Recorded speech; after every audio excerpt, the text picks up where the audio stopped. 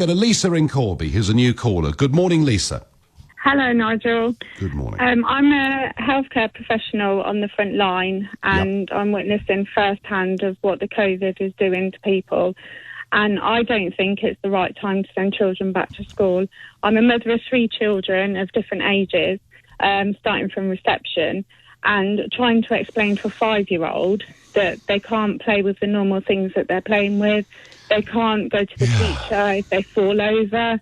They can't, if they've got a dirty nose, the teacher can't wipe it, cuddle them when they're feeling upset because they're missing mum and dad.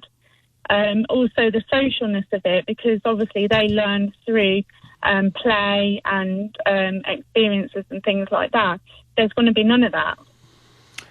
Lisa, how long can we keep our youngsters locked down for? Well, I think, honestly, realistically, we've done the hard part now. We've gone through so many weeks of this. And I think by maybe July, things will start coming down, and send the kids back to school in September. Because then the doctors... But what if, Lisa? What if in September R is approaching 1 again?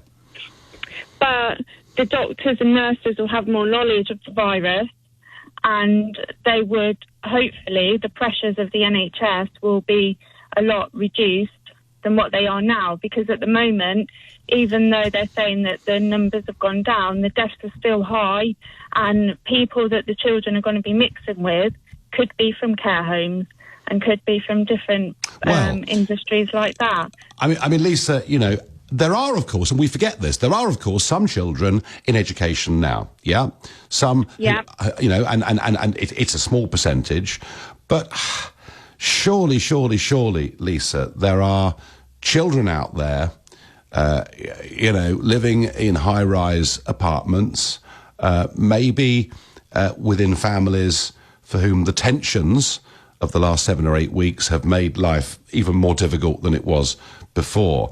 I mean, there must be an argument that surely out there some people should be able to add their children to those who to those of key workers who are already going. I'm talking about, people who might be living in abusive circumstances, people who haven't got access to fresh air. I mean, we've got to have a bit of sympathy for them too, haven't we?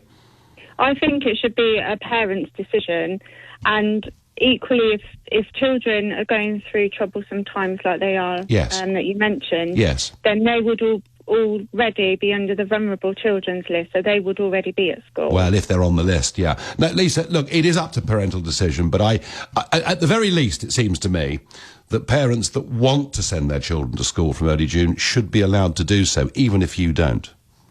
Yeah, I mean, that's a parent's decision, but my worry is that there's going to be a massive wave of it again, and then we're going to end up in crisis like we are now.